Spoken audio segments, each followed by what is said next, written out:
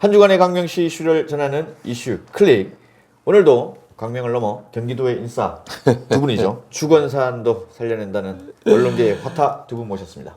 반갑습니다.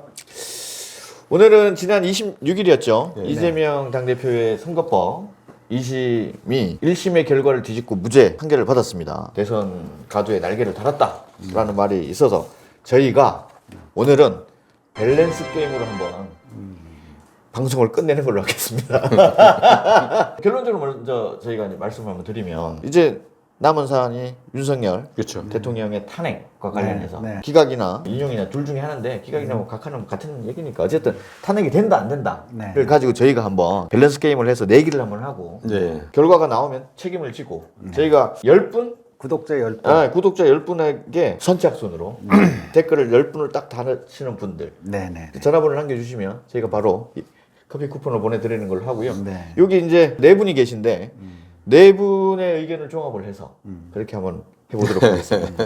자, 먼저 회장님은 네, 저는 이제 기각 각하 음. 쪽의 의견인데요. 배경 설명을 하자고 하면 26일 날 이재명 대표 공직선거법 무죄가 나옴과 동시에 네. 여론조사 공정에서 이제 발표한 내용을 보면 기각 각하가 50.1%가 나왔고 네네. 또 대통령 지지율도 47%가 나와서 국민들 여론들이 기각 각하를 원하는 게 아니냐라는 생각이 들고 헌재에서도 그것 때문에 지금 굉장히 심각하게 논의하고 있는 걸로 생각이 들고 저도 기각이나 각하되는 게 좋겠다라는 생각이 들어서 그쪽에 찬성을 합니다.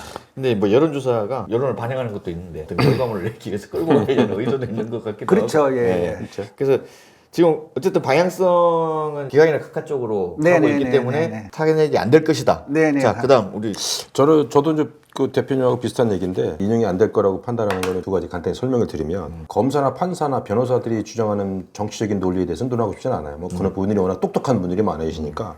저는 근데 기자 생활 30년 넘게 하면서 검찰 법원을 출입했던 경험을 말씀드리면 판사들이 가장 중요하게 따지는 게 절차적인 하자를 많이 따져요. 그게 아무리 범죄가 강하더라도 불법 체포, 불법 구금 이런 건 안 되게 돼 있거든요. 그렇다 한다면은 지금 윤석열 대통령 쪽에서 주장하는 부분이 바로 절차적인 하자 문제를 가장 많이 따지고 있어요. 저는 그 하자가 재판관들이 일부는 인용을 하고 일부는 각하를 한다고 좀 판단을 해요. 그러면 5대3 아니면 4대4가 팽팽하게 맞서고 있는 게 아닌가 이런 의견. 왜냐면 박근혜 대통령 때하고 좀 전혀 다르거든요. 저는 하나는 또 더 말씀드린 게 뭐냐면 그 윤석열 대통령이 만약에 탄핵에 기각이 돼서 나오시면 아마 큰 변화가 있을 거라고 좀 판단을 해요. 아마 윤석열 대통령도 이번에 이재명 당대표의 무죄를 보면서 쉽게 말하면 불사조 아닙니까? 야, 죽일래 죽일 수 없는 이런 상황이 돼버렸단 말이에요. 그러면 본인이 끝까지 대통령을 원만하게 이끌어갈 수 있는 부분을 한다면 협치도 할 수 있고 그 임기 단축을 통해서 어느 개헌을 하지 않겠나 이런 추측도 좀 해봅니다. 어쨌든 탄핵이 안 될 것이다. 예, 예. 저는 빅데이터와 AI로 대표되는 이 디지털 경제에 아날로그 대통령의 이 무리수 이제 21세기의 계엄이 웬 말입니까? 저는 이 아까 절차적인 하자라고 얘기를 했는데 저 계엄을 선포를 한다. 계엄령에 관련된 부분은 대통령의 고유 권한이다. 권한이죠. 근데 말씀하신 대로 그런 계엄령을 선포하는 그 절차적인 부분에 하자가 있기 때문에 그 부분에 대해서 탄핵이 될 것이다. 저는 이 양반이 지금 때가 어느 때인데 계엄을 하고 저는 진짜 공의가 1도 안 되고 그래서 저는 뭐 탄핵이 될 것이다.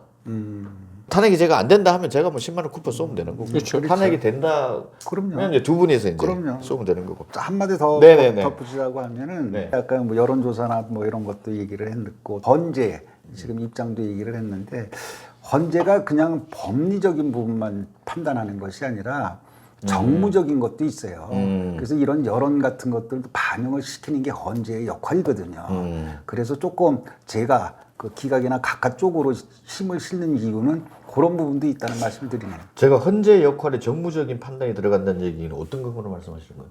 헌재가 사법부가 판단하는 거는 법적인 부분을 따지는데 지금 세상에서 돌아가는 그 여러 가지 부분을 같이 가미를 해가지고 판단을 하는 거거든. 그렇기 때문에 그 정무적인 판단이 이때라는 거죠. 그래서 이제 그런 부분, 종합적인 부분을 그렇지. 고려해서 그렇죠. 기각이나 각하가 될 것이다 그렇지, 라고 그렇지. 생각을 하시는 부분이고, 네네네. 국장님은 개가천선이란 말이 맞나요? 들어갔다 나와서 사람이 완전 달라질 것이다. 아니 근데 또 윤석열 하나만 대통령이 저도 좀 하나만 더 말씀드리면 최근에 그 헌법재판소에서 이제 한덕수 국무총리나 이런 걸 탄핵을 기간을 보면 가장 중요한 게 뭐냐면 과연 윤석열 대통령이 대통령의 임무를 수행할 수 있는 능력이 되냐 안 되냐 따진단 말이에요. 그렇지 않습니까? 과연 이 사람이 대통령으로서 능력으로서 인정할 수 있냐, 인적이 계속 할 수 있냐 이걸 따질 거라고 저는 판단해요. 아니, 그 계엄을 놓고서 네, 네. 비상계엄을 놓고. 네, 네. 근데 비상계엄이라는 하나 그 자체만을 가지고 따진다 한다면은 박정희 대통령이나 전 전 대통령도 전부 다 작살나야 되죠. 똑같은 상황이다 보니까 인용이냐 아니냐 부분에 대해서는 그것이 가장 심도 있게 논의가 되지 않겠나 좀 판단을 합니다. 누구라고 얘기를 하면 저하고 너무 생각이 다르다. 네. 틀리다고 얘기를 하는 게 아니고 아 제가 가지는 생각과 많이 이렇게 차이가 나는구나. 윤석열 대통령의 직무수행 능력에 대한 부분을 판단하는 부분이 아니라 그렇지. 계엄령에 대한 관련돼서 그렇지. 이게 적법하게 계엄을 선포를 한 거냐 아니면 적법하지 않았느냐에 대한 부분만 가지고 얘기를 해야 될 것 같고 그렇게 생각을 하고 그래서 계엄에 대한 절차적인 하자에 대한 부분 그래서 이분이 탄핵이 돼야 된다고 생각을 하는데 두 분은 이제 여러 가지 직무적인 능력 그리고 이제 정무적인 판단도 중요하다. 그래서 일단 저희가 이렇게 결론이 났으니 4월 18일 전에는 결론이 그쵸. 나겠죠, 그죠? 그렇게 무책임하게 두 분들이 그냥 물러나지는 않을 것 같고. 근데 그것도 난 50%로 보는 게 네. 헌재에서 지금까지 미뤄뒀던 게 이재명 대표 공직선거법 항소심 이 결과를 보고서 하려고 하는 게 아니냐라고 하는 얘기들도 있어요. 그죠, 그죠. 뭐 대법원 판결까지 나올 때까지 기다리는 거 아니냐 또 이런 얘기도 네, 있거든. 그래서 이거는 뭐 우리 영역이 아니기 때문에 그분들이 판단하는 게 우리하고 틀릴 테니까 단지 우리가 예측하건대 그럴 가능성도 있다라고 얘기를 하는 거죠. 저는 어떤 느낌이냐면 광명시에서 시장이나 국회의원이 국민의힘 후보가 될 것이냐 얘기를 할 때 저희가 엄청난 많은 가정을 하잖아요. 그렇지. 이런 상황, 이런 상황, 이런 상황, 이런 상황이 돼야 국힘 후보가 당선이 된다. 저는 여러 가지 이렇게 보면 이재명 대표의 사법 리스크에 대한 결과물을 끌어내기 위한 거하고 좀 빌드업이다? 네, 저는 비슷하게 봐요. 막 계속 이렇게 그래서 결국은 이재명 대표가 날아가야 된다. 이런 것들을 만들어내기 위한 시나리오가 아닌가라고 생각을 해서 저는 좀 그러니까 쉽지는 이제 않을 것이다. 시중에서 이제 나왔던 얘기는 원래 헌재가 이재명 대표 그 항소심보다 먼저 결정을 한다고 그랬잖아요. 그렇죠, 그렇죠. 그게 이제 뒤로 미뤄졌잖아요. 네. 그 이유가 이재명 대표가 만약에 무죄가 되면 윤석열 대통령도 살리고 만약에 죽으면 탄핵도 인용하는 거 아니냐 이런 얘기들도 사실은 있기는 했어요. 그게 이제 민주당 의원들이 얘기했던 보이지 않는 손. 그렇죠. 그렇게 얘기 시장 경제에서 얘기되는 얘기를 그렇죠. 그냥 정치적인 그렇죠. 용어로 바꿔서 지금 사용을 해서 죽이면 같이 죽이고 살리면 같이 살리자 얘기들이 나왔죠. 매주 그 탄핵 찬성 반대 집회들을 하잖아요. 집회하는 그 인원수가 그 찬성하고 반대하고 적게는 3대1, 많게는 10대1까지 차이가 나요. 근데 아마 이번 주 같은 경우에는 이재명 대표가 무죄가 나왔기 때문에 그 탄핵 반대 기각 각하 쪽에 있는 분들이 더 많이 모일 것 같아요. 그러니까 이런 여론들도 사실은 헌재에서 지켜보지 않겠냐 이렇게 생각이 들죠. 이제 국론 분열이 되고 지금 그게 거의 내란 사태 아닙니까? 그러면 서로, 내란이죠. 예. 그럼 내란이죠. 이거를 통합을 하려 그러면 저는 둘 다 보내는 게 맞다고 생각을 하거든요. 이재명도 보내고 윤석열도 보내고 새로운 대통령 후보가 나와서 통합의 정치를 좀 펼치는 그런 그러니까 이제 지금 아까도 얘기했다시피 헌재가 정무적인 기능을 갖고 있다라고 하는 부분이 이재명 대표가 날아가면은 윤석열 같이 날려보내는 게 편하다고 생각할 수 있었을 텐데 한 사람이 살다 보니까 이 사람도 살려야 되지 않겠냐 이런 얘기들이 나온다라는 거죠. 충분히 이해는 되는 말씀이고 대통령이 기각이나 각하되는 것도 좀 문제가 있다라고 생각이 드는데 사실은 공직선거법 항소심에서 이재명 대표가 재판부에서 무죄로 했다는 것도 이것도 우리가 알고 있는 법 상식하고 지금까지 있었던 판례에 또 어긋나는 거예요. 저는 동의가 진짜 1도 안 됩니다. 그 2심에서 다뤘던 사진 관련된 확대 관련된 부분은 그 사진이 골프를 쳤을 때 사진이 아니다라고 해서 이 사진을 그 요렇게 김문기하고 이제 이재명하고 뭐 확대해서 10명 있는 거를 예. 4명으로 줄여서 이제 확대해서. 해서 이 사진 자체가 조작이다. 네. 인과관계가 사실 그건 아니잖아요. 이렇게 그렇죠. 둘이 친분이 있어서 그렇죠. 골프를 안 쳤다는 게 거짓말에 대한 논리적인 얘기를 하기 위해서 사진을 그렇게 했던 부분인데 김인섭인가요? 네, 김인섭 씨. 김인섭 씨가 징역 5년. 77억을 받아가지고 네네네. 뇌물죄로 징역 5년을 받았는데 그거를 결과물을 누가 만들어줬습니까? 아 저는 그것도 진짜 이해가 안 그러니까 돼요. 이제 국토부에서 용도 변경 협박을 했다라고 얘기를 한 건데 재판부에서 어떻게 보냐면은 이게 사실 공표가 아니라 의견이라는 거거든요.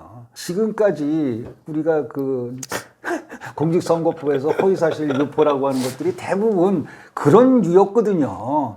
근데 그게 다 의견이라고 하면은 지금까지 의원직을 상실한 사람들은 얼마나 억울하겠어요. 아니 저는 가장 걱정하는 게 내년 지방선거예요. 왜냐면 서로 헐뜯고 해도 허위사실 유포해도 이건 넌 처벌할 수가 없다. 이렇게 나올 수가 있거든요. 예, 이제 상당히 범위가 네. 허위사실 선거법 허위사실에 그렇죠. 대한 부분들이 훨씬 더 관대해졌겠죠. 그렇죠. 예. 이모경 의원이 스피드돔에 가서 어. 자기가 따왔다. 국비를 99억을 따왔다고 하는데 사실은 그거는 경륜경정본부의 사업 준비금이었거든요. 그렇죠. 그런 저는- 것도 이제 예. 허위사실인데 그건 뭐 그냥 마음대로 할 수 있는 거지 뭐. 아니 근데 2심에서 유죄가 나올 것처럼 그렇게 확신하던 몇몇 정치인들이 무죄가 나오니까 왜 태세를 전환해서 마치 환영한다는 그런 입장문처럼 왜 그러는 거예요? 저는 도저히 이제 이해가 안 되네. 아니 예를 들어서 노선을 정했으면 끝까지 가든지 해야지. 근데 그분들한테 그런 걸 얘기하기는 어려운 게 뭐냐면 정치권이라고 하는 게 힘 있는 사람한테 쏠리게 돼 있지 않겠어요? 아니 근데 힘 있는 사람한테 쏠리더라도 그 양반은 그렇게 얘기를 해도 이미 끝난 사람이잖아요. 그리고 그 전에는 얼마나 미련이 있지. 그러니까 아니 왜냐하면 마치 결과를 예단을 하고 결과를 뭐 받아들여야 되고 이런 결과가 나오면 정치적으로 책임을 져야 된다고 막 그렇게 SNS에 얼마나 많이 썼어요. 글 썼습니까? 참 이 양반. 아니 요새 이재명 당대표 이제 무죄 나고 난 다음에 아주 광명 지역 일부 정치인들은 신이 났어요. 자기가 무죄 받은 것처럼 놀아다니고 뭐. 아 저기 요새 만나보니까 뭐 완전 그래서 내가 아 참 세상이 재밌다 그러고 마는 거죠. 그저 여기 있는 사람들 다 찐명이죠. 그렇죠. 처음부터 이재명이었잖아요. 그렇죠. 다 이재명이죠 뭐. 태어날 때부터 아마 이 사람들은 찐명이 아니라 태명이라고 뭐 얘기하고 싶어요. 태어날 때부터 이재명이다 이거죠. 그죠. 태어날 때부터. 뭐. 그 저는 웃긴 거죠. 언제 지들이 태명이었으면 해야죠. 근데 그분하고 알게 된 게 불과 얼마 안 됐을 텐데. 그죠. 그리고 그 사람이 찐명이 될 그 기간도 우리가 예측하겠는데 그런 시간도 없음에도 불구하고 어떻게 찐명이 됐는지 난 그걸 잘 이해 잘 안 돼요. 주말만 되면은 박명시에서 정치인들이 광화문으로 출퇴근을 하잖아요. 네. 그분들한테 내가 한번 진심을 물어봤어요. 힘들지 않냐? 미치겠다는 거야. 그럼에도 불구하고 가서 얼굴전을 찍기 위해서 가야 되는데 빨리 끝내야지 사람 죽겠다 이렇게 얘기를 해요. 어떤 게 옳고 그른 거에 대한 판단을 안 하는 거야. 그냥 자기 당이니까 나가긴 하는데. 진짜 바보네. 그래야죠 그러면. 누가 살해 협박을 해서 차라리 협박을 해서. 못 나간다. 방탄복을 받을 수 없어서 나는 그 현장에 못 나가겠다. 뭐 하여튼 뭐 이렇게 해서 하면 될 것 같고 어쨌든 오늘은 저희가 탄핵 관련돼서 얘기를 나눠봤는데 결과가 나오면 댓글을 달아주시는 분들 선착순으로 10분에게 저희가 커피 쿠폰 10,000원짜리를 보내드리도록 하겠습니다. 오늘 방송한 게 잘하면 또 떡상 나올 수도 있어요. 예? 떡상 나올 수도 있어요. 10만 클릭 넘어갈 수도 있어요. 이 탄핵이나 이런 거 얘기하면 막 인터넷에서 뭐 떡상을 치더라고요. 뭐 10만, 20만 막 나오더라고요. 우리 국장님을 떡볶이로 첫사랑의 상실감을 극복했다고 해서 뭐 떡상이라고 그래. 떡볶이로 상실을 했다. 자, 오늘도 시청해주셔서 감사합니다.